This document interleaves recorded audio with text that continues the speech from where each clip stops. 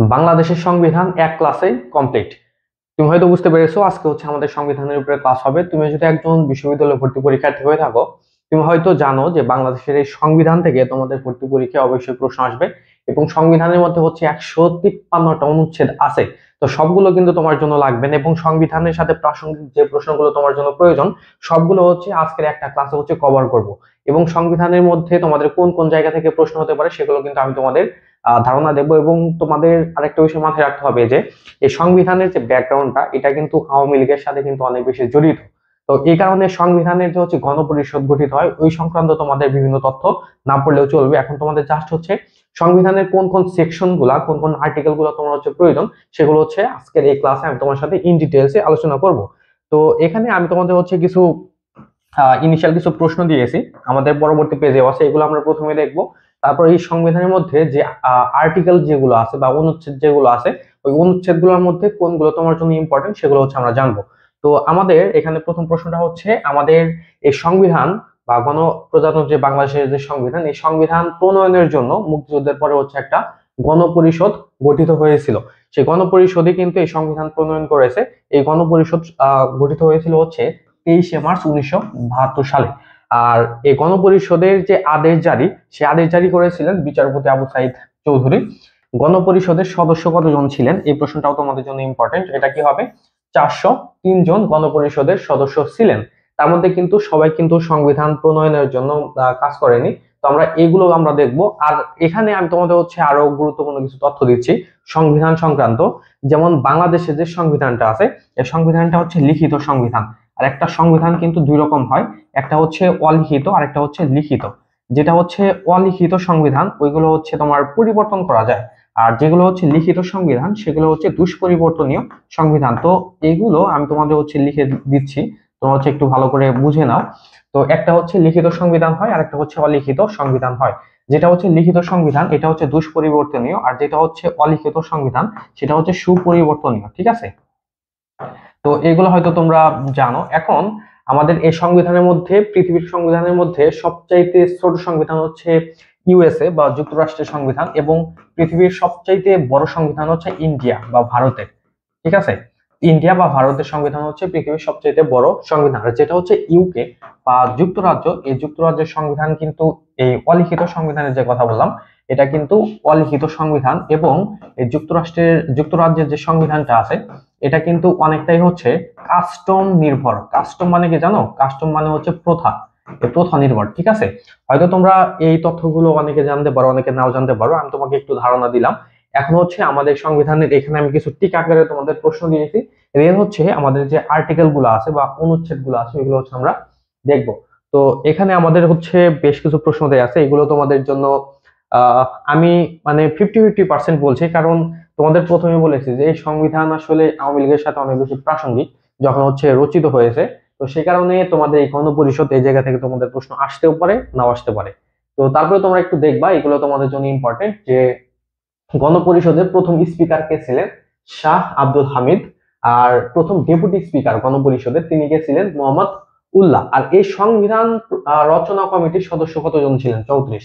মানে গণপরিষদের সদস্য ছিলেন 403 জন, কিন্তু এই সংবিধান প্রণয়নের জন্য সদস্য ছিলেন হচ্ছে 34 জন। আর এই সংবিধান প্রণয়নের জন্য যিনি সভাপতি ছিলেন, হ্যাঁ, বা যার তত্ত্বাবধানে হচ্ছে সংবিধান রচিত হয়েছে তার নাম হচ্ছে ডক্টর কামাল হোসেন। ডক্টর কামাল হোসেন। এরপরের প্রশ্নটা হচ্ছে এই প্রশ্নের সাথে হয়তো তোমরা অনেকেই পরিচিত যে সংবিধান রচনা কমিটির একমাত্র মহিলা সদস্য কে ছিলেন? তার নাম হচ্ছে বেগম রাজিয়া বানু। এই সম্পূর্ণ নামটাই তোমরা ভালো করে মনে রাখবা, কারণ এখানে কিন্তু এই নামটা একটু ঘুরিয়ে পিছিয়ে কিন্তু ভর্তি পরীক্ষায় আসে। আর এই সংবিধান রচনা কমিটির মধ্যে একমাত্র বিরোধী দলীয় সদস্য ছিলেন, তার নাম হচ্ছে সুরঞ্জিত সেনগুপ্ত। এর পরবর্তী প্রশ্ন হচ্ছে বাংলাদেশের খসড়া সংবিধান গণপরিষদে প্রথম উত্থাপিত হয় কবে? এটা হচ্ছে 12ই অক্টোবর 1972 সালে। আর আমাদের সংবিধানের যে অঙ্গসজ্জা বা সাজসজ্জা কে করেন? এটা কি হবে? শিল্পাচার্য জয়নুল আবেদিন। তারপরে আরেকটা প্রশ্ন হচ্ছে আমাদের সংবিধান কার্যকর হয় হচ্ছে 16ই ডিসেম্বর 1972 সালে। আর সংবিধান হচ্ছে বাংলাদেশের সংবিধান হচ্ছে দেশের সর্বোচ্চ আইন, বা আমাদের যে সংবিধান কনস্টিটিউশন এটা হচ্ছে সুপ্রিম ল। ঠিক আছে, সুপ্রিম ল। তোমরা হয়তো এগুলো জানো। আর এখানে আমাদের দেশে যত হচ্ছে আইন প্রণয়ন হবে সংসদের দ্বারা, প্রত্যেকটা আইন হচ্ছে এই সংবিধানের সাথে প্রাসঙ্গিক হওয়া লাগবে, সংবিধানের আলোকে হচ্ছে আইন তৈরি হওয়া লাগবে। একটা আইন যদি সংবিধানের সাথে সাংঘর্ষিক হয় বা প্রাসঙ্গিক না হয়, তাহলে হচ্ছে হয় ওই আইন বাদ যাবে, নয়তো হচ্ছে সংবিধানের সাথে যতটুকু অপ্রাসঙ্গিক ওইটুকু হচ্ছে বাদ যাবে। ঠিক আছে, এর পরবর্তী প্রশ্ন হচ্ছে বাংলাদেশের এই সংবিধান অনুযায়ী বাংলাদেশের যে পার্লামেন্টটা হচ্ছে এক কক্ষ বিশিষ্ট, এটা হয়তো তোমরা জানো। এখন আমাদের হচ্ছে নেক্সট কোশ্চেনে যাওয়া যাক। দেখো এখানে টিকা আকারে হচ্ছে তোমাদের আরো আমি কিছু প্রশ্ন দিয়েছি যে আমাদের যে সংবিধান অনুযায়ী আমাদের যে সরকার ব্যবস্থা, বাংলাদেশের সরকার ব্যবস্থা, এটা কিন্তু সংসদীয় সরকার ব্যবস্থা, পার্লামেন্টারি সিস্টেম। ঠিক আছে, পার্লামেন্টারি গভর্নমেন্ট। আবার যেমন ইউএসএ বা যুক্তরাষ্ট্র, এখানে কিন্তু প্রেসিডেন্সিয়াল বা হচ্ছে যুক্তরাষ্ট্রীয় ব্যবস্থা, যেখানে হচ্ছে তোমার কি বলে প্রেসিডেন্ট বা রাষ্ট্রপতি হচ্ছে সরকার প্রধান, আর আমাদের এই সংসদীয়র মধ্যে যিনি সরকার প্রধান তিনি হচ্ছেন প্রধানমন্ত্রী। তো এর পরবর্তী প্রশ্ন হচ্ছে আমাদের সংবিধান অনুযায়ী হচ্ছে দেশের বিচার ব্যবস্থা হচ্ছে স্বাধীন। এটা আসলে লজ্জাস্কর একটা বিষয়। তো বিচার ব্যবস্থা কিন্তু স্বাধীন না। বিচার ব্যবস্থার উপরে বা বিচার বিভাগের উপরে কি পরিমাণ হস্তক্ষেপ শাসন বিভাগের, সেটা আসলে প্র্যাকটিক্যালি না দেখলে কেউ ইমাজিনও করতে পারবে না। নেক্সট কোশ্চেন হচ্ছে আমাদের সংবিধানের চ্যাপ্টার বা ভাগ কয়টা? ভাগ হচ্ছে 11টা, এটা তোমাদের জন্য ইম্পর্টেন্ট। তারপর হচ্ছে সংবিধানের প্রস্তাবনা একটা, প্রস্তাবনাকে ইংলিশে বলে হচ্ছে প্রিএম্বল। তারপরে সংবিধান এখন পর্যন্ত মোট সংশোধন হয়েছে 17 বার। আর সংবিধান অনুযায়ী রাষ্ট্র পরিচালনার মূলনীতি হচ্ছে চারটা। চারটা কি কি জানো? চারটা হচ্ছে, একটা হচ্ছে জাতীয়তাবাদ, আরেকটা হচ্ছে গণতন্ত্র, আরেকটা সমাজতন্ত্র, আরেকটা হচ্ছে সেকুলারিজম বা হচ্ছে ধর্ম নিরপেক্ষতা। আর এখানে যে মূলনীতি যে চারটার কথা বলছে, আর এখানে এই মূলনীতি হচ্ছে সংবিধানের যে আর্টিকেল নাম্বার 8 হচ্ছে এটা বলা আছে। তো এরপরে হচ্ছে আমাদের সংবিধান যে আমাদের রয়েছে, এই সংবিধান যদি কখনো অ্যামেন্ডমেন্ট করতে হয় বা সংশোধন করতে হয়, সেক্ষেত্রে হচ্ছে এখানে অবশ্যই ভোটের প্রয়োজন। সেটা হচ্ছে সংসদে ভোট হচ্ছে উঠবে, এবং এখানে হচ্ছে 2/3 ভোট হচ্ছে দেয়া লাগবে। ঠিক আছে, তো আসলে আমাদের দেশের সংবিধানের একটা আর্টিকেল আছে, সেটা হচ্ছে 70 নম্বর আর্টিকেল। এই 70 নম্বর আর্টিকেলে হচ্ছে ফোরক্লোজার সম্পর্কে বলা আছে। তো একজন সংসদ সদস্য যদি হচ্ছে ধরো একটা দল হচ্ছে ক্ষমতায় আছে, তো তারাই তো আসলে অধিকাংশ সদস্য নিয়েই তো হচ্ছে পার্লামেন্ট গঠিত করে। তো এখন একজন সদস্য তিনি যদি তার দলের বিপক্ষে, ধরো হচ্ছে একটা সংবিধানে একটা অ্যামেন্ডমেন্ট বা হচ্ছে সংশোধন আসবে, তো ওই সময় যদি একজন সদস্য তার দলের বিপক্ষে ভোট দেয়, তাহলে হচ্ছে তার সংসদের যে সদস্যপদ সেটা বিলুপ্ত হয়ে যাবে। তার কারণে আসলে কেউ চাইলে হচ্ছে ওই দলের বিপক্ষে যদি একটা বিল আসে, সেই বিলের বাইরে হচ্ছে কোনো ভোট দিতে পারে না। আর এইটাই বলা আছে হচ্ছে সংবিধানের 70 নম্বর আর্টিকেলে, যে হচ্ছে একজন সদস্য যদি হচ্ছে তার দলের বিপক্ষে ভোট দেয়, তাহলে হচ্ছে তার কি হবে, সংসদের যে পদ সে পদ হচ্ছে বিলুপ্ত হয়ে যাবে। তো এটা হচ্ছে খুবই নেগেটিভ একটা সাইড আমাদের সংবিধানের। নেক্সট হচ্ছে সংবিধানের অনুচ্ছেদ কয়টা? অনুচ্ছেদ হচ্ছে 153টা, এটা তোমাদের বললাম, এবং সংবিধানের তফসিল হচ্ছে মোট 7টা। তো এখন আমরা হচ্ছে আমাদের এই সংবিধানের যে গুরুত্বপূর্ণ আর্টিকেল গুলা আছে, এই আর্টিকেল গুলা হচ্ছে আমরা আমাদের যে মূল সংবিধান সেই সংবিধান আকারে হচ্ছে আমরা এগুলা পড়বো। ঠিক আছে, তোমরা একটু ভালো করে দেখো। আমি তোমাদের পুরো সংবিধানটাই দেখিয়ে দেবো, এবং সংবিধানের মধ্যে তোমাদের যে আর্টিকেল গুলো তোমাদের জন্য ইম্পর্টেন্ট সেগুলো কিন্তু আমি তোমাদের দেখিয়ে দেবো। দেখো এই যে এটা হচ্ছে আমাদের সংবিধান। তো এখান থেকে তোমাদের হয়তো বুঝতে অসুবিধা হবে, কিন্তু আমি চাইলে তোমাদের ওইভাবে স্লাইড করে পড়াতে পারতাম, কিন্তু আমি চাইলাম যে তোমাদের সংবিধানটা দেখিয়ে দেই এবং হচ্ছে এখান থেকে তোমাদের পড়াই। যেমন এই যে এটা হচ্ছে সংবিধান, দেখো শুরু হয়েছে হচ্ছে বিসমিল্লাহির রহমানির রহিম দিয়ে। আর এখানে কিন্তু সংবিধানের যে প্রিএম্বল সে প্রস্তাবনা কিন্তু দেয়া আছে। তো এই প্রস্তাবনা তোমাদের জন্য দরকার ছিল যদি হচ্ছে আওয়ামী লীগ থাকতো। এখন এই প্রস্তাবনা তোমাদের জন্য সেরকম ইম্পর্টেন্ট না, প্রস্তাবনা থেকেও প্রশ্ন আসে। এখন হচ্ছে আমাদের এই সংবিধানের মধ্যে যে আর্টিকেল গুলো আছে, ওই আর্টিকেল গুলো আমাদের দেখতে হবে। আমি তোমাদের এখানে যে আর্টিকেল গুলো দেখাবো এইগুলো থেকে তোমাদের ভর্তি পরীক্ষায় প্রশ্ন আসবে যদি প্রশ্ন করে। তো সংবিধানের যে 11টা ভাগ আছে, তো তার মধ্যে প্রথম ভাগটা হচ্ছে প্রজাতন্ত্র নিয়ে। তো এখানে তোমাদের যে যে আর্টিকেল প্রয়োজন আমি তোমাদের বলে বলে দিচ্ছি, এগুলো তোমরা হচ্ছে সবাই খাতার মধ্যে নোট ডাউন করে রাখো, প্রত্যেকে হচ্ছে নোট ডাউন করো। তো এখানে আমাদের প্রথম যেটা লাগবে সেটা হচ্ছে আমাদের আর্টিকেল নাম্বার 6। এটা তোমরা একটু দেখবে। আর্টিকেল 6 এ বলা আছে যে নাগরিকত্ব, বাংলাদেশের নাগরিকত্ব আইনের দ্বারা হচ্ছে নির্ধারিত ও নিয়ন্ত্রিত হবে।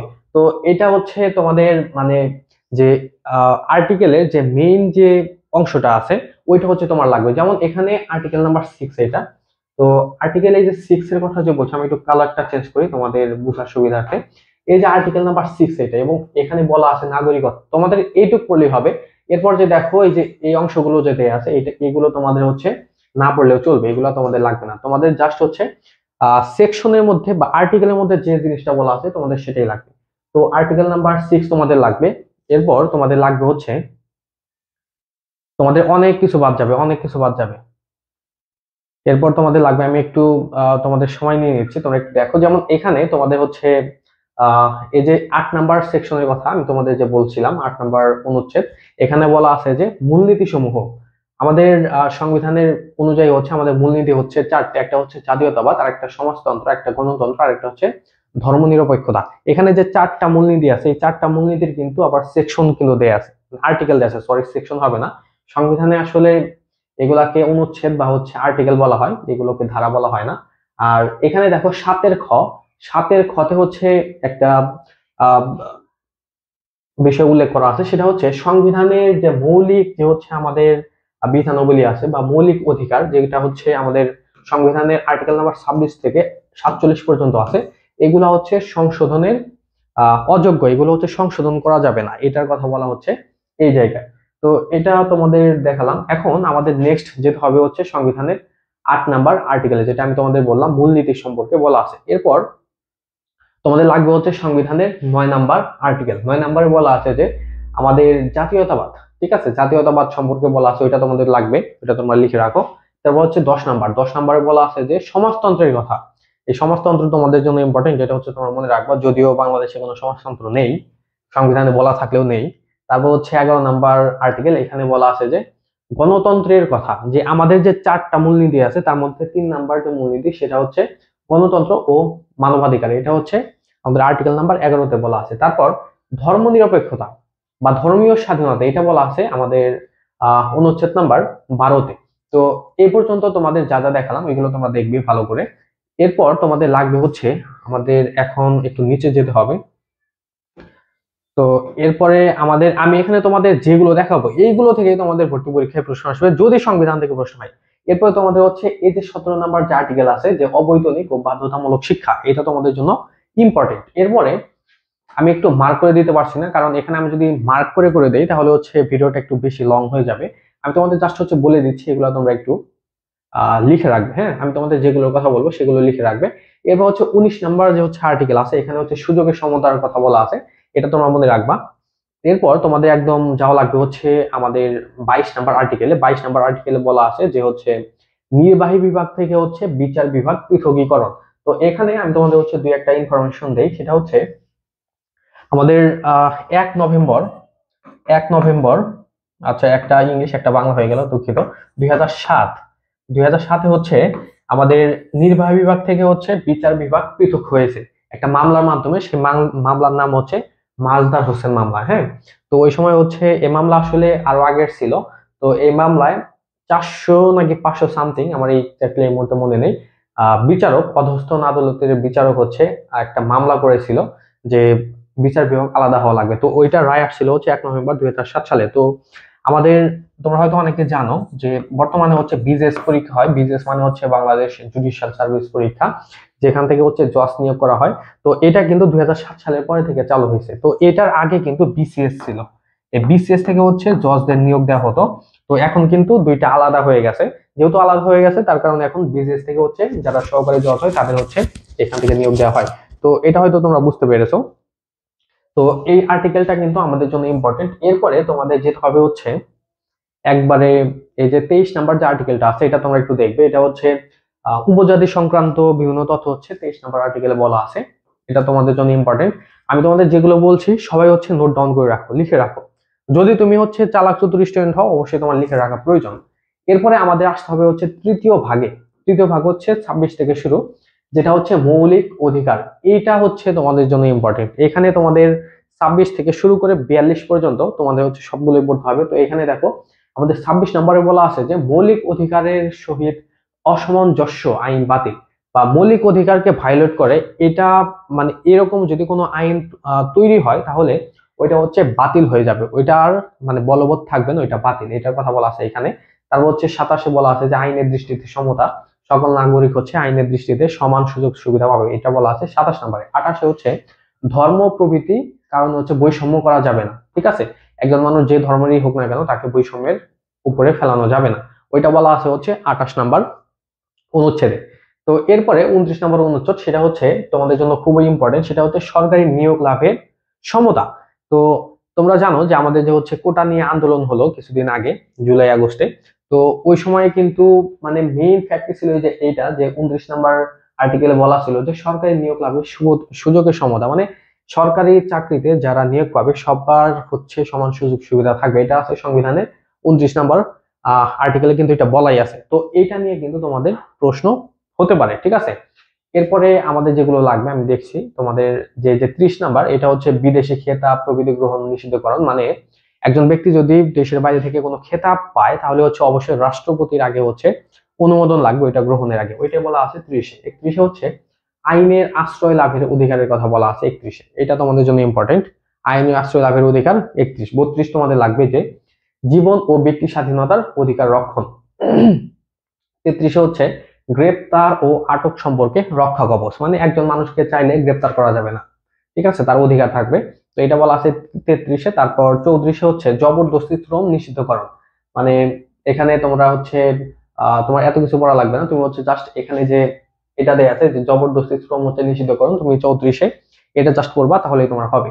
আর 35-এ হচ্ছে বিচার ও দণ্ড সম্পর্কে রক্ষণ, ঠিক আছে, বিচার ও দণ্ড সম্পর্কে রক্ষণ, এটা হচ্ছে 35-এ বলা আছে। 36-এ হচ্ছে তোমাদের চলাফেরার স্বাধীনতা। 36-এ 37-এ হচ্ছে সমাবেশের স্বাধীনতা। তারপর হচ্ছে 38-এ হচ্ছে সংগঠনের স্বাধীনতা, ঠিক আছে।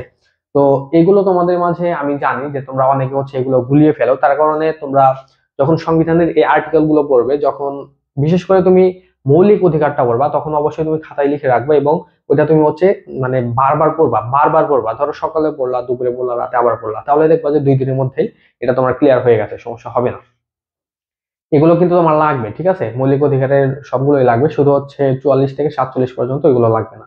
এবং হচ্ছে 39 নাম্বার হচ্ছে চিন্তা ও বিবেকের স্বাধীনতা বা বাক স্বাধীনতা, মানে কথা বলার যে স্বাধীনতা, ওইটা বলা আছে হচ্ছে 39 নম্বরে। তারপর 40 হচ্ছে পেশা ও বৃত্তির স্বাধীনতা, এটা লাগবে। তারপর ধর্মীয় স্বাধীনতা হচ্ছে 41, এটা লাগবে। সম্পত্তির অধিকার 42, এটা লাগবে, ঠিক আছে। তারপর তোমাদের হচ্ছে 43-এ হচ্ছে গৃহ ও যোগাযোগের রক্ষণ, মানে একজন মানুষকে চাইলে তুমি একজনের গৃহে ঢুকে হচ্ছে তাকে কি করতে পারবা না, তল্লাশি করতে পারবা না। তারপর হচ্ছে তোমার তাকে গিয়ে আটক করতে পারবা না, অবশ্যই হচ্ছে সেটা আইন সংক্রান্ত হওয়া লাগবে। আইন সম্মিলিত যদি হয় তাহলে হচ্ছে এটা করা যাবে, কিন্তু চাইলেই একজন মানুষের ঘরে গিয়ে হচ্ছে তুমি কোনো ধরনের তল্লাশি করতে পারবে না, এটা হচ্ছে সংবিধানে এই সুযোগটা হচ্ছে সংবিধানে দেয়া আছে। আর 44-এ হচ্ছে মৌলিক অধিকারের বলবৎকরণ, এটা তোমাদের জন্য লাগবে। তারপরে যেগুলো আছে ওইগুলো তোমার লাগবে না। এরপর চতুর্থ ভাগটা তোমাদের জন্য খুবই ইম্পর্টেন্ট একটা ভাগ ছিল, এখানে রাষ্ট্রপতি তারপর প্রধানমন্ত্রী সংক্রান্ত তথ্যগুলো দেয়া আছে। তো এগুলা বর্তমানে তোমার লাগছে না, এগুলা তোমার পড়তে হবে না। রাষ্ট্রপতির পদের মেয়াদ, তারপর রাষ্ট্রপতির অভিশংসন, এগুলা দরকার ছিল, ক্ষমা প্রদর্শনের অধিকার, তো এগুলা এখন আর লাগবে না। এরপর তোমাদের যেতে হবে হচ্ছে আমাদের 59 নাম্বার যে আর্টিকেল আছে ওইটা যেতে হবে। তোমরা যারা হচ্ছে দেখতেছো ক্লাসটা, তারা আসলেই মানে খুবই ভালো একটা কাজ করতেছো, কারণ এটা তুমি যদি স্কিপ করতে তাহলে কিন্তু তুমি মানে এখানে যে আমি পড়ে দিচ্ছি তোমাদের ইম্পর্টেন্ট গুলা, এগুলো কিন্তু তুমি মিস করে যেতে। তুমি দেখতেছো, এটা তোমার জন্য বেটার। আর তোমাদের হচ্ছে আমি একটা অ্যানাউন্সমেন্ট দিচ্ছি, সেটা হচ্ছে আমাদের কিন্তু জাহাঙ্গীরনগর ইউনিভার্সিটি সিউনেটের উপরে বর্তমানে একটা কোর্স রানিং আছে, মাত্রই শুরু হয়েছে, 2-3 দিন হলো। তো এই কোর্সে তোমরা চাইলে ভর্তি হতে পারো, সেখানে আমাদের ভর্তি ফি হচ্ছে মাত্র 1000 টাকা, ঠিক আছে। আমি তোমাদের একটু নাম্বারটা দিয়ে দিচ্ছি, অথবা তুমি ডেসক্রিপশন থেকেও এটা কালেক্ট করতে পারো, এখানে নাম্বারটা দিয়ে দিচ্ছি, এই নাম্বারে তোমরা হচ্ছে যোগাযোগ করবে। এটা কিন্তু জাহাঙ্গীরনগর ইউনিভার্সিটি সিউনিটের জন্য বেস্ট একটা কোর্স হবে তোমাদের জন্য। এই কোর্স থেকে তোমরা জাহাঙ্গীরনগর সিউনিটে সাধারণ জ্ঞান বলো, তারপর ইংলিশ বলো, প্রত্যেকটা সাপোর্ট তোমরা খুব ভালোভাবে পেয়ে যাবে। আর আমাদের এই কোর্স হচ্ছে জাহাঙ্গীরনগর সিউনিটের সাধারণ জ্ঞান প্লাস ইংলিশের জন্য, ঠিক আছে। আর আমাদের কিন্তু ঢাকা বিশ্ববিদ্যালয় খ ইউনিটের একটা মডেল টেস্ট ব্যাচ বর্তমানে চলমান আছে, রানিং আছে, তুমি চাইলে ভর্তি হতে পারো। পূর্বে যে পরীক্ষাগুলো হয়েছে সবগুলো দিতে পারবে, ওইখানে ভর্তি হতে চাইলেও এই নাম্বারে তোমার যোগাযোগ করতে হবে। আর এই মডেল টেস্টের ফি হচ্ছে মাত্র 500 টাকা, ঠিক আছে। এখানে তুমি হচ্ছে 30টা পরীক্ষা দিতে পারবে রিটেন সহ, পাশাপাশি তুমি হচ্ছে এখানে সাম্প্রতিক যা যা প্রয়োজন সবগুলো পেয়ে যাবে, পাশাপাশি এখানে তুমি রিটেনের উপরে 5টা লাইভ ক্লাস হবে এক্সক্লুসিভ, ঠিক আছে। তোমাদের জন্য ভালো একটা অপরচুনিটি, তোমরা চাইলে এখানে অ্যাড হতে পারো। এছাড়া আমাদের আরো একটা কোর্স প্রায় মানে অর্ধেকের বেশি শেষ হয়ে গেছে। ওইখানে আমাদের ফি ছিল 2000 টাকা। তো ওইটা যেহেতু এখনো আমরা তোমাদের অনেকে রিকোয়েস্টে ভর্তি নিচ্ছি, তো এখানে আমাদের বর্তমান ফি হচ্ছে 1000 টাকা। তোমরা চাইলে এখানে ভর্তি হতে পারো। এটা হচ্ছে তোমাদের কি বলে, আমাদের যে ক্লাসগুলো হয়ে গেছে সেগুলো রেকর্ড ক্লাস করতে হবে, আর যেগুলো বাদ আছে ওইগুলো হচ্ছে তোমার লাইভে করতে পারবে। আর রেকর্ড ক্লাস করলেও তোমার কোনো সমস্যা হবে না। এটা হচ্ছে তোমাদের ঢাকা ভার্সিটি, রাজশাহী, চট্টগ্রাম গুচ্ছ সকল ভার্সিটির জন্য। ওইখানেও ভর্তি হলে এই নাম্বারে তোমার যোগাযোগ করতে হবে। তো এরপরে আমাদের নেক্সট অংশে আসা যাক। যেমন এই যে এখানে স্থানীয় শাসনের কথা বলা আছে। স্থানীয় শাসন হচ্ছে 59 নাম্বার আর্টিকেলে বলা আছে। তো স্থানীয় শাসন প্রতিষ্ঠা, হ্যাঁ। তারপরে হচ্ছে আমার এরপরে আবার দেখো এখানে 59-এর পরে 60 নাম্বার সেকশনেও কিন্তু ওই স্থানীয় শাসন সম্পর্কে বলা আছে, তবে এটা তোমার লাগবে না। ওই স্থানীয় শাসন সম্পর্কে তোমাদের প্রশ্ন আসলে ওই 59 থেকে আসবে। এরপর হচ্ছে প্রতিরক্ষা কর্ম বিভাগ, এটাও তোমাদের জন্য ইম্পর্টেন্ট ছিল, এখন লাগবে না। যেমন রাষ্ট্রপতিকে যে হচ্ছে সর্বাধিনায়কতা দেয়া হয়েছিল, আমাদের যে প্রতিরক্ষা যে বিভাগগুলো আছে, হ্যাঁ। তো 61তে ওইটা বলা ছিল, এখন আর সেটা লাগবে না। তোমরা এখন 64 নাম্বারটা দেখবা। 64তে বলা আছে যে অ্যাটর্নি জেনারেল নিয়োগ, হ্যাঁ। এটা তোমরা একটু দেখবা। 64তে অ্যাটর্নি জেনারেলের কথা বলা আছে। আর তারপর হচ্ছে আইনসভা, যেটাকে বলা হয় হচ্ছে লেজিসলেচার বা আমাদের যে সংসদ। তো সংসদ প্রতিষ্ঠিত হবে হচ্ছে আমাদের সংবিধানের 65 নাম্বার সেকশন, দুঃখিত, আর্টিকেল অনুযায়ী। এটা তোমরা একটু মনে রাখবে, এটা তোমাদের জন্য ইম্পর্টেন্ট। এরপর তোমাদের আসতে হবে হচ্ছে, এখানে অনেকগুলো আর তোমার লাগবে না। এরপর তোমাদের এই যে এটা, যেমন 66তে বলা আছে যে সংসদ সদস্য নির্বাচিত হওয়ার যোগ্যতা ও অযোগ্যতা। তোমাদের অযোগ্যতা এখানে অনেকগুলা দেয়া আছে। যেমন সে যদি কোনো হচ্ছে ধরো ফৌজদারি অপরাধে থাকে, তারপর হচ্ছে নাগরিকত্ব যদি না থাকে, সেক্ষেত্রে এটা হবে না। কিন্তু তোমাদের এখানে যে যোগ্যতাটা প্রয়োজন সেটা হচ্ছে 25 বছর বয়সী হওয়া লাগবে, ঠিক আছে। বাংলাদেশি নাগরিক 25 বছর বয়সী হওয়া লাগবে। তো এটা তোমরা মনে রাখবা। এরপর তোমাদের আসতে হবে হচ্ছে, আচ্ছা অনেক স্কিপ হয়ে গেল। আচ্ছা তোমরা একটু দেখো, এখানে একটু দেরি হলেও তোমরা দেখো, কারণ এখানে আমি তোমাদের যেগুলো দেখিয়ে দিচ্ছি প্রত্যেকটাই তোমাদের জন্য ইম্পর্টেন্ট, ঠিক আছে। এরপর তোমাদের আসতে হবে হচ্ছে একবারে 70 নাম্বারে। 70-এ হচ্ছে আমাদের ওই ফরক্লোজারের কথা বলা আছে। এই যে দেখো, রাজনৈতিক দল হইতে পদত্যাগ বা দলের বিপক্ষে যদি ভোটদান করা হয়, তাহলে হচ্ছে তার আসন সেটা হচ্ছে কি হয়ে যাবে, বিলুপ্ত হয়ে যাবে। ধরো একজন লোক, সে হচ্ছে সংসদ সদস্য হয়েছে, সে যদি দলের বিপক্ষে কোনো ভোট দেয়, ধরো কোনো একটা হচ্ছে বিল পাস হবে বা হচ্ছে আইন পাস হবে, তো সেখানে যদি সে দলের বিপক্ষে ভোট দেয়, সেক্ষেত্রে কিন্তু তার আসন কিন্তু ফাঁকা হয়ে যাবে, মানে হচ্ছে সে পদ হারাবে। তো এই ভয়ে কিন্তু কেউ, মানে যদি মানে তার মধ্যে নৈতিকতাও থাকে, যে যদি সে বুঝে যে যে বিলটা পাস হচ্ছে সেটা মানে জনস্বার্থের বিরুদ্ধে, তারপর কিন্তু চাইলে সে হচ্ছে নিজের যে কি বলে পদ টিকে রাখার জন্য কিন্তু সে ওই পক্ষে কিন্তু ভোট দেয়, বিপক্ষে আর ভোট দেয় না। তো এটা তোমাদের জন্য ইম্পর্টেন্ট। এরপরে তোমাদের আসতে হবে হচ্ছে একবারে 77 নম্বর আর্টিকেলে, যেখানে হচ্ছে নেপালের কথা বলা আছে। এই নেপাল হচ্ছে 77-এ বলা আছে। এবং দুঃখজনক একটা ব্যাপার হচ্ছে, এই নেপাল হচ্ছে এখন পর্যন্ত কি হয়নি, কার্যকর হয়নি। কারণ এই নেপালে বলা আছে যে এই নেপালটা কার্যকর হবে হচ্ছে, দেখো, সংসদ আইনের দ্বারা নেপালকে কোনো মন্ত্রণালয়, তারপর হচ্ছে সরকারি কর্মচারী ও সংবিধিবদ্ধ সরকারি কর্তৃপক্ষের কোনো কার্য সম্পর্কে তদন্ত পরিচালনার ক্ষমতা সমূহ যেরূপ কিংবা, আচ্ছা যাই হোক, এখানে বলা আছে যে যারা হচ্ছে সরকারি কাজে হচ্ছে যারা জড়িত, যেমন হচ্ছে এখানে বিভিন্ন মন্ত্রণালয়, সরকারি কর্মচারীগণ, তারপর হচ্ছে সংবিধিবদ্ধ সরকারি কর্তৃপক্ষের যে কোনো সম্পর্ক তদন্ত। তো এগুলো আসলে জেনারেল পাবলিকের মধ্যে না। তো যেমন দুদক হচ্ছে সবাইকে করতে পারে, কিন্তু নেপাল তো তাদের করবে না। নেপাল করবে হচ্ছে ওই রাঘব বোয়ালকে, তার কারণে নেপাল হচ্ছে এখনো কার্যকর হয়নি। তো এটা হচ্ছে একটা ডিফেক্ট। এরপর তোমাদের 81 নাম্বারে আসতে হবে। 81 নাম্বারটা তোমাদের মোটামুটি ইম্পর্টেন্ট ছিল, এখন সেরকম নাই। সেটা হচ্ছে অর্থ বিল সংক্রান্ত তথ্য হচ্ছে 81-তে বলা আছে। এটা তোমরা একটু তারপরে একটু মনে রেখো। এরপর আমাদের আর কিছু লাগবে না, সরাসরি আমরা চলে যাব হচ্ছে ষষ্ঠ ভাগে, যেটা হচ্ছে আমাদের সুপ্রিম কোর্ট প্রতিষ্ঠা নিয়ে হচ্ছে বলা আছে, বা বিচার বিভাগ, ঠিক আছে।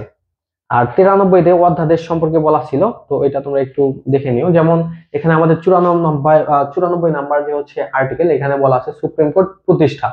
এই 94 নাম্বার অনুযায়ী হচ্ছে মানে বলা আছে যে বাংলাদেশের একটা সুপ্রিম কোর্ট থাকবে, এবং এটা হচ্ছে দুইটা বিভাগ নিয়ে গঠিত হবে, একটা হচ্ছে হাইকোর্ট বিভাগ আর একটা হচ্ছে আপিল বিভাগ। তোমরা জাস্ট মনে রাখবা 94-তে হচ্ছে সুপ্রিম কোর্ট প্রতিষ্ঠা নিয়ে হচ্ছে বলা আছে। এরপর 100 নাম্বারে বলা ছিল যে সুপ্রিম কোর্টের আসন, তোমরা হয়তো জানো যে আমাদের একটা সময় সুপ্রিম কোর্টে কিন্তু বেশ কয়েকটা আসন দেওয়া হয়েছিল, মানে ঢাকার বাইরেও। তো ওইটা কিন্তু আবার বিলুপ্ত করা হয়েছে। তো এরপরে হচ্ছে হাইকোর্ট বিভাগের এখতিয়ার 101, তারপর হচ্ছে 102 হচ্ছে কতিপয় আদেশ ও নির্দেশ প্রভৃতি দানের ক্ষেত্রে হাইকোর্ট বিভাগের বিশেষ ক্ষমতা, এটা একটু দেখে নিও। আর এই 102 অনুযায়ী কিন্তু রিড করা যায়, তার কারণে 102টা হচ্ছে তোমাদের জন্য একটু ইম্পর্টেন্ট। তারপর হচ্ছে 103 হচ্ছে আপিল বিভাগের আহ নিয়ে বলা আছে, আপিল বিভাগের এখতিয়ার সম্পর্কে বলা আছে 103, এটা একটু দেখে নিও। তারপর আর তোমাদের মানে এখানে সেরকম কিছু লাগবে না। তারপর তোমাদের যে 107 নাম্বার হচ্ছে সুপ্রিম কোর্টের বিধি প্রণয়ন। আচ্ছা, এটা তোমাদের জন্য লাগবে না, আমি আসলে ল স্টুডেন্ট, তো তার কারণে আসলে ওই চিন্তা ভাবনা থেকে চলে আসতেছে যে তোমাদের সবই পড়তে হবে, তোমাদের তো সব লাগবে না।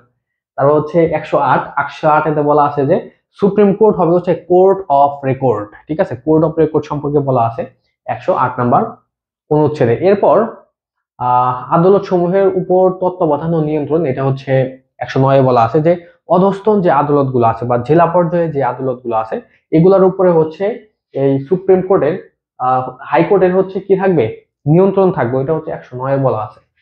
এরপরে আসতে হবে হচ্ছে তোমাদের, এটা লাগবে না, 110 লাগবে না, তারপর 11 লাগবে না, 12 13 লাগবে না। তোমাদের এই যে দ্বিতীয় পরিচ্ছেদটা লাগবে ষষ্ঠ ভাগের, সেটা হচ্ছে অধস্তন আদালত বা হচ্ছে নিম্ন আদালত বা যেগুলো আমরা জেলা পর্যায়ে হচ্ছে যে আদালত গুলো দেখি, এগুলো হচ্ছে 114তে বলা আছে যে অধস্তন আদালত সমূহ প্রতিষ্ঠা।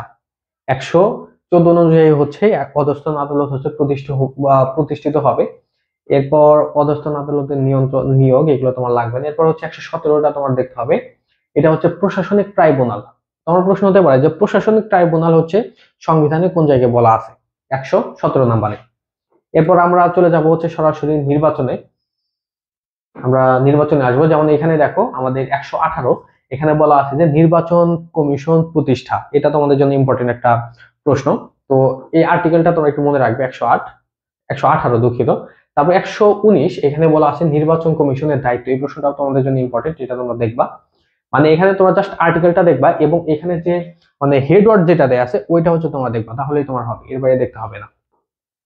এরপর আমাদের, আচ্ছা অনেক বড় তো তার কারণে বারবার স্ক্রল করা লাগছে, তোমরা হয়তো একটু বোর ফিল করতে পারো, কিন্তু যেহেতু তোমরা একটা জিনিস শিখতেছো সেখানের মধ্যে কোনো বোর নাই। তুমি একটা ফ্রিতে একটা জিনিস শিখতেছো, এত বড় একটা সুযোগ নিচ্ছ, তুমি যদি এখানে যদি এটা যদি বোর ফিল করো তাহলে তুমি হচ্ছে ফেইলার একজন মানুষ। এরপর হচ্ছে অষ্টম ভাগ, এটা অডিট নিয়ে বলা আছে, এটা তোমাদের জন্য লাগবে না। এরপর হচ্ছে আমাদের 137 নাম্বারটা তোমরা একটু দেখবা। 137-এ আমি একটু এখান থেকে স্ক্রল করি।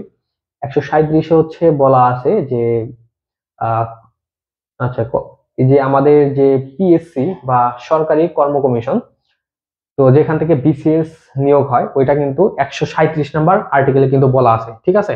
এই দেখো কমিশন প্রতিষ্ঠা, এটা কিন্তু তোমাদের প্রশ্ন হতে পারে, এটা হচ্ছে 137-এ বলা আছে। আর এই কমিশনের সদস্য যে সদস্য নিয়োগ পাবে হচ্ছে 138 অনুযায়ী। তো এরপরে তোমাদের এখানে আর তেমন কিছু লাগবে না। এখানে হচ্ছে তোমাদের এই যে 141টা ইম্পর্টেন্ট ছিল যে জরুরি অবস্থা জারি, এখন যেহেতু হচ্ছে ওই আহ রাষ্ট্রপতির অবস্থানই খারাপ, তো সেক্ষেত্রে এখন তোমাদের ওইটা লাগবে না। এই যে তারপরে এই যে এখানে দেখো যে এই যে 142 নাম্বার, এখানে বলা আছে যে সংবিধানের বিধান সংশোধনের যে হচ্ছে ক্ষমতা, এটা হচ্ছে বলা আছে 142-এ। তো এর বাইরে তোমাদের আর তেমন কোনো কিছু লাগবে না। আচ্ছা না, এর বাইরে আর তোমাদের আর কিছু লাগবে না। যেমন 145 নাম্বারটা তোমরা একটু দেখবা, 145-এর ক, 145-এর কতে বলা আছে যে আন্তর্জাতিক চুক্তি সম্পর্কে বলা আছে, এটা তোমরা একটু দেখবে, ঠিক আছে। এরপরে হচ্ছে বিবিধ দেয়া আছে 11 নাম্বার ভাগে, তো এগুলা তোমার হচ্ছে আর লাগবে না। তো একটা সারমর্ম আকারে বলি তাহলে হচ্ছে আমি তোমাদের এখন পর্যন্ত যতগুলো হচ্ছে আর্টিকেল দেখালাম, তো এখানে ধরতে গেলে হচ্ছে তোমাদের জন্য 25টা এরকম আর্টিকেল হতে পারে। তো এই আর্টিকেল গুলো তোমরা হচ্ছে খুব ভালোভাবে মানে মনে রাখবা, এই আর্টিকেল গুলো থেকে তোমাদের হচ্ছে প্রশ্ন হবে। এবং আমি এখানে তোমাদের যে তথ্যগুলো দেখালাম এই তথ্যগুলোই হচ্ছে তোমার জন্য ইম্পর্টেন্ট। সংবিধানে এর বাইরে থেকে তোমাদের প্রশ্ন হওয়ার সম্ভাবনা কম। তো এখানে যে সংবিধান মোট হচ্ছে 17 বার সংশোধন হয়েছে, তো এখানে কোন সংশোধনী আসলে হচ্ছে কিসের জন্য হয়েছে এগুলো তোমরা একটু মনে রাখবা, এখান থেকে তোমাদের প্রশ্ন হতে পারে। বিশেষ করে ওই তত্ত্বাবধায়ক সরকার সম্পর্কে যে সংশোধন গুলো আছে ওইগুলো তোমরা একটু দেখবো, এখান থেকে প্রশ্ন হতে পারে। আর আজকের ক্লাসটা তোমরা শুরু থেকে শেষ পর্যন্ত কারা করলে সেটা কিন্তু অবশ্যই জানাবে, এবং আজকের ক্লাসটা তোমাদের কাছে আসলে কিরকম লাগলো সেটাও কিন্তু তোমরা কমেন্ট করে জানাবে। আর সর্বশেষ তোমাদের আবারও বলছি, আমাদের কিন্তু বর্তমানে 3টা কোর্স কিন্তু রানিং আছে, 3টা কোর্স। তো 3টা কোর্সের বিষয় হচ্ছে তুমি আমাদের এই ডেসক্রিপশন বক্সে হচ্ছে সবকিছু দেখতে পারবে। একটা হচ্ছে ডিইউ মডেল টেস্ট, তো এটার ফি হচ্ছে 500 টাকা। তো এরপর হচ্ছে Jahangirnagar C unit, Jahangirnagar C unit, এটার ফি হচ্ছে 1000 টাকা। এখানে তোমরা ভর্তি হতে পারো, জাহাঙ্গীরনগরের জন্য সেরা একটা সাপোর্ট পাবে। আর আমাদের একটা 2000 টাকার একটা কোর্স বর্তমানে 1000 টাকায় দেওয়া হচ্ছে, যেটা হচ্ছে রেকর্ড কোর্স। তো ওইখানে তোমরা ভর্তি হতে পারো। এখানে আমাদের অনেকগুলো ক্লাস হয়েছে, ওইগুলো রেকর্ড ক্লাস করতে হবে এবং যেগুলো বাকি আছে সেগুলো তুমি লাইভ ক্লাস করতে পারবে। পাশাপাশি এখানে কিন্তু তুমি পরীক্ষা দিতে পারবে। 1000 টাকা ফি। যদি কেউ মনে করো ভর্তি হবে, আমি এখানে তোমাদের আবারও নাম্বার দিয়ে দিচ্ছি, এই নাম্বারে হচ্ছে তোমরা কন্ট্যাক্ট করবে, ঠিক আছে? আর তোমরা হচ্ছে কোন টপিকের উপরে ক্লাস চাচ্ছ সেটা কিন্তু অবশ্যই আমাদের কমেন্ট করে জানাতে পারো। তো সবাই ভালো থাকো, আজকে আমাদের আলোচনা এ পর্যন্তই। আর এখানে তোমাদের আরেকটা কথা বলি, এখানে তোমরা হচ্ছে কল করতে পারো অথবা তুমি হচ্ছে হোয়াটসঅ্যাপ করতে পারো, তোমার উইশ। ঠিক আছে, সবাই ভালো থাকো, আজকে আমাদের আলোচনা এ পর্যন্ত। দেখা হবে তোমাদের সাথে পরবর্তী কোনো সময়।